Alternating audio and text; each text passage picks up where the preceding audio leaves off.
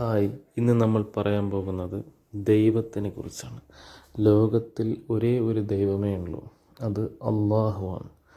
ആ ദൈവത്തെക്കുറിച്ച് സെമറ്റിക് മതങ്ങളിൽ ക്രിസ്ത്യാനികൾ ഒഴിച്ച് മുസ്ലിങ്ങളും യഹൂദരും വിശ്വസിക്കുന്ന ഏക ദൈവം അള്ളാഹുവാണ് എന്ന് യഹൂദ റബ്ബി പറയുന്നത് നമുക്ക് ശ്രദ്ധിക്കാം. മുസ്ലിങ്ങളെയും യഹൂദൻ്റെ ദൈവം രണ്ട് മതങ്ങളും വിശ്വസിക്കുന്ന ഒരു ദൈവമാണ്.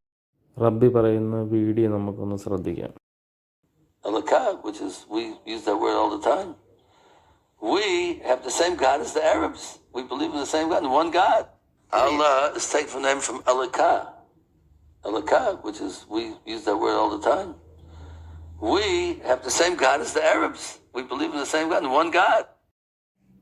അതുപോലെ തന്നെ അറാമിക് ഭാഷയിലും ദൈവത്തിൻ്റെ നാമം അല്ലാഹ എന്നാണ്.